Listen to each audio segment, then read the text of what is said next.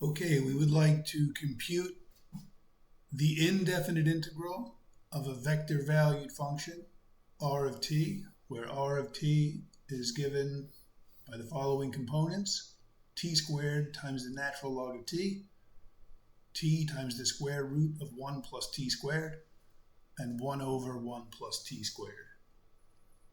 So to compute the integral of x of t, y of t, z of t dt, we just integrate each component. So we'll get the integral of x of t, the integral of y of t dt, there should be a dt there, integral of z of t dt. So it's just practice in integrating. It's like 3 integration problems in one. The integral of t squared times ln t. We're going to use integration by parts. Recall the integral of u dv is equal to uv minus the integral of v du. This is essentially a product rule for integration. So we have two functions multiplied together here, a product of unrelated functions. We'll choose u. U has to be differentiated. We can differentiate the logarithm. So we'll choose u to be the natural log of t, and we'll choose dv to be the power function t squared dt. Then du, take the derivative, 1 over t dt, and v, take the antiderivative, 1/3 t cubed. So then following the formula, this integral is equal to uv, u times v, is 1/3 t cubed times the log of t, and then minus the integral of v times du, 1/3 t cubed times 1 over t. And now what happens here is t cubed times 1 over t simplifies. It's going to give us t squared, and now we can integrate again. So this is equal to 1/3 t cubed times the natural log of t minus 1/3 times the integral of t squared. And this one gives us 1/3 times 1/3 t cubed, and that's 1/9 t cubed. So the first function integrates to 1/3 t cubed ln t minus 1/9 t cubed plus a constant, which I'll call c1, because we're going to have 3 constants. The second integral to compute is the integral of t times the square root of 1 plus t squared. The integral of t times the square root of 1 plus t squared. This is also a product, but these are not unrelated functions. T is essentially the derivative of 1 plus t squared. So we'll do a u substitution. We'll say u is equal to 1 plus t squared. Then du is 2t dt. So we could squeeze a 2 in here if we like, as long as we put a 1/2 in the front. 1/2 times 2 is 1. That's one way to handle it. Another way is to solve this for dt and then substitute things in. It's all the same. So this is 1/2 integral square root of u, here, and then 2t dt is du. So we get a nice simple integral in the variable u. So here the square root of u is u to the 1/2, so we'll use the power rule. 1/2 times u to the 3/2 divided by 3/2, which is the same as times 2/3. And we'll get a second constant. So this is 2's cancel. We get 1/3 times 1 plus t squared to the power 3/2 plus c2.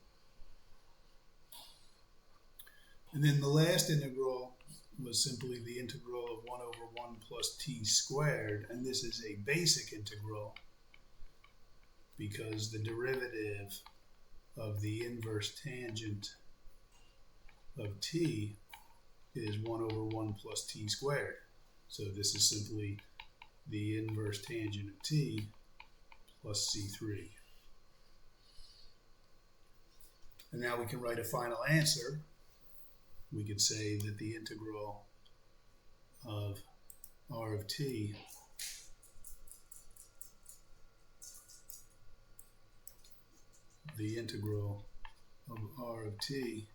dt is a vector with the three answers that we had in there. The first one was 1/3 t cubed log t minus 1/9 t cubed plus c1. And then the second one is 1/3 times 1 plus t squared to the power 3/2 plus c2. And the third, whoops, that was too soon. And the third one is inverse tangent of t plus c3. So there's our indefinite integral. It was basically 3 integration problems wrapped up into one. Okay, we're going to do one more integral problem. Here it is. This time we're going to compute a definite integral from 0 to 1 of a vector valued function r of t dt. So we're going to compute the 3 integrals and then use the fundamental theorem of calculus to evaluate them at the endpoints, the antiderivatives, evaluate the antiderivatives at the endpoints. So first we have to integrate 0 to 1 cosine 2 pi t dt.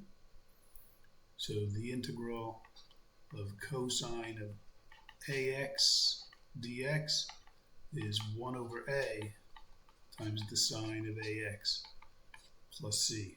If you take the derivative of this, the derivative of sine is cosine, you'll get the cosine, and then you have to do the chain rule, so times the derivative of ax, which is a, and that will cancel out the 1 over a.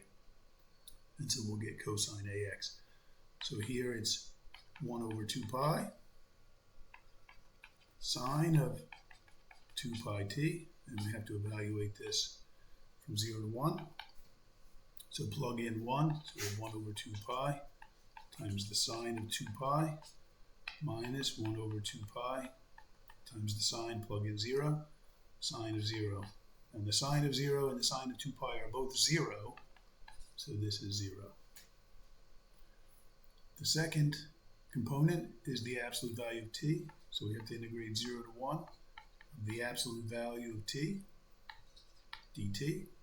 And since t is between 0 and 1, its absolute value is just t. And so we get t squared over 2 from 0 to 1, and that's 1/2. And the last integral, the integral from 0 to 1 of e to the negative t dt, the integral of e to the ax dx, similar to this formula, it's 1 over a times e to the ax plus a constant, because if we take the derivative of this, we get the exponential back, and then times the derivative of the exponent, which is a, and that multiplies the 1 over a and cancels. So here the a value is -1, 1 over -1 is -1, so the antiderivative is negative e to the negative t. Evaluate from 0 to 1, it's e to the -1, negative e to the -1 minus negative e to the -0. A lot of negative signs, so sometimes a nice little trick when you're integrating and you get a negative times your function, you can swap out that negative and switch the order in which we put in the numbers. So we put in 0, e to the -0, minus, put in 1, e to the -1, e to the 0 is 1, and e to the -1 is 1 over e. So 1 minus 1 over e, if you figure this one out, it should boil down to the same thing. So our integral then the integral from 0 to 1 of r of t dt was equal to the vector 0 for the first component, 1/2 for the second component, and 1 minus 1 over e, which could also be written as e minus 1 over e if you like. So the definite integral gives you a number in each component, and so therefore we get a vector back.